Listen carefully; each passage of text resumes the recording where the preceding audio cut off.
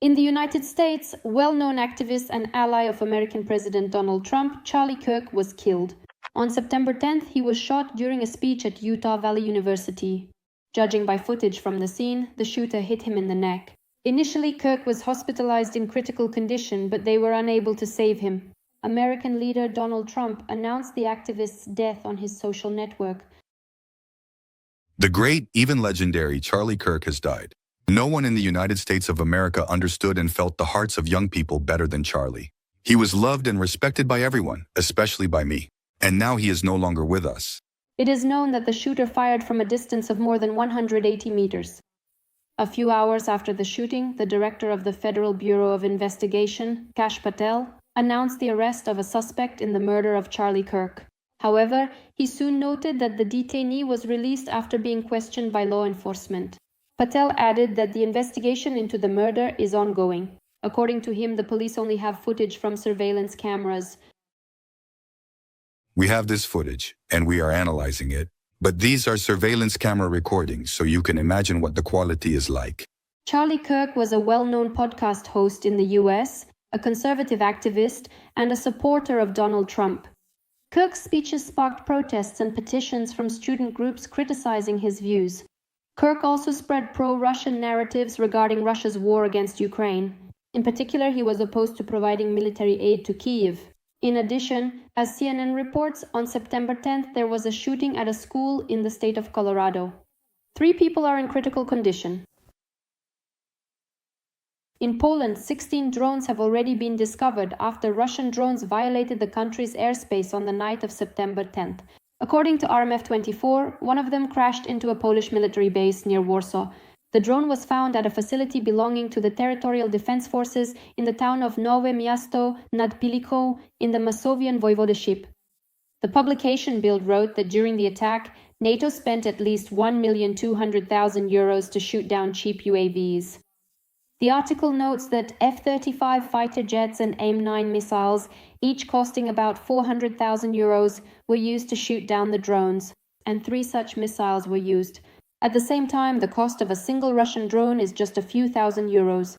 The publication notes that NATO could learn from Ukraine, which shoots down drones with mobile fire teams and has special equipment for detecting them.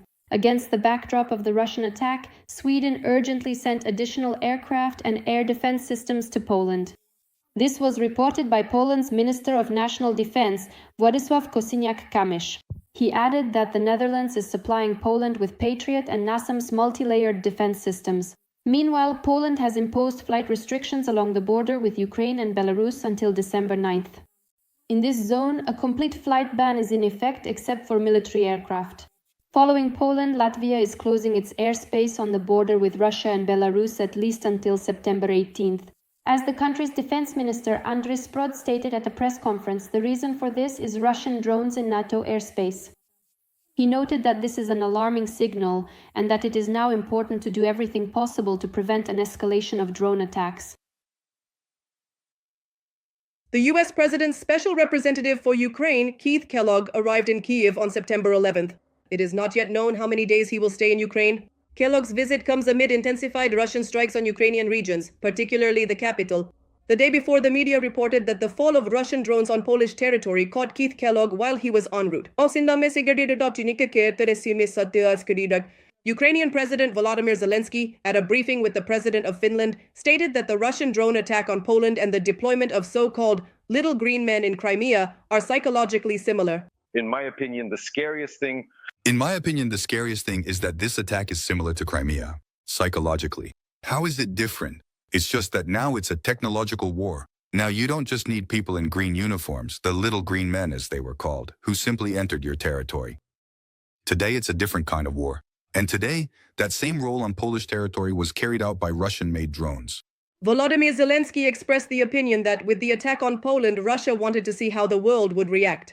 To me, this is very similar to Crimea. To me, this is very much like Crimea. And I think it's like a kind of rehearsal. And that's why I'm sharing what I think. Because Putin's messages are out there in the media, they're open, they've always been about certain parts of Poland that the Soviet Union once gave to Poland. In other words, the rhetoric is the same. The president also noted that Russia could have struck Poland to prevent partners from providing Ukraine with their air defense systems ahead of the coming winter. In my opinion, in my view, they could also have done this so that partners wouldn't transfer air defense systems to Ukraine before winter. Because by demonstrating we can attack you, you also need them. That sounds just like Putin. The president of Finland stated that in 1,000 days, the Russians have advanced in Ukraine by less than 1%, paying an unimaginable price for it. In his opinion, the Russian Federation wants to escalate the war, not reach a peaceful settlement. And his recent actions toward Ukraine speak to this.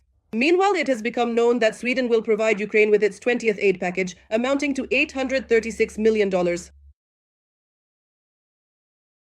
Special forces from the main intelligence directorate struck a Russian Black Sea Fleet ship near Novorossiysk with a drone.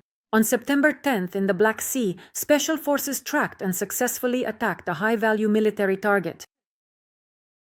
The ship in question was commissioned by the Russians in 2015. Its cost is about $60 million. The aggressor has a total of 4 such vessels. At the time of the attack, the ship was conducting electronic reconnaissance and patrolling the approaches to the port of Novorossiysk, where part of the Russian Federation's Black Sea Fleet is currently stationed, including carriers of caliber sea-launched cruise missiles. As noted by the main intelligence directorate, repairing the Russian Federation's ship will be extremely expensive. Defense Express reports the widely circulated footage shows that its electronic equipment was hit. Despite its official designation as a multi-purpose rescue vessel, the occupiers used it as a reconnaissance ship. In Russia, such vessels have been additionally equipped and disguised with the word rescue painted on them. Such disguising of a military vessel as a rescue ship is a violation of the rules and customs of war. That is, of course, if such things still matter or require explanation against the backdrop of the Russians' systematic daily targeted killing of civilians. Colonel, retired, of the Ukrainian Armed Forces and instructor pilot Roman Svitan stated on NV Radio, this special forces strike by the main intelligence directorate marks a new stage in carrying out combat missions in the Black Sea. Svitan added that the unmanned boat was at such a distance from the target that neither the Coast Guard nor Russian ships could see it. The FPV could cover a distance of 7 to 8 kilometers to complete its combat mission. For the first time since February 2025, the ruble to euro exchange rate set a new record, reaching 100 rubles. Back on September 10th, the Central Bank of Russia set the euro exchange rate at 99 rubles and 82 kopecks. Subsequently, the European currency rose in price by almost 2 rubles at once. It is known that the Russian currency began to weaken back at the end of August. It was at that time that the dollar's value on the exchange was within 80 rubles. The head of Sberbank, Herman Gref, predicted a significant weakening of the ruble by the end of this year. Analysts believe that the Russian currency will continue to fall due to a number of factors. The market expects the continuation of the monetary policy easing course adopted by the leadership of the Central Bank of Russia at the beginning of the summer, and the ruble is also affected by the lowering of the key interest rate. One should not discount the impact of expectations regarding a possible decision to abolish the mandatory foreign currency revenue requirement for Russian exporters. Economic observer Vyacheslav Shiryaev stated that the economy of the Russian Federation continues to plunge into the abyss. In his opinion, it is necessary to let the ruble float freely, balance exports and imports, and give domestic producers some breathing room. If the ruble shoots up to 120, what happens to prices? They start to rise by about 1.5 times. But if the exchange rate increases by, say, 40 rubles, then, for example, prices will follow suit by 50%, let's say.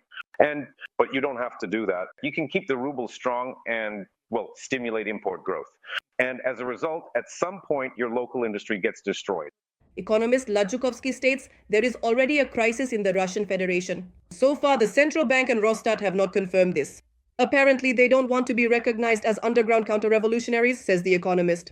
The fact is that the Russian economy has been declining throughout all of 2024, and the civilian sectors have been falling since the end of 2023 and all through 2024.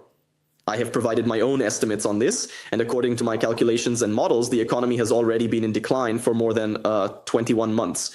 There is a recession in everything not related to the military-industrial complex. There is a decline. And the official figures show this as well. The economic growth rate has dropped almost to zero.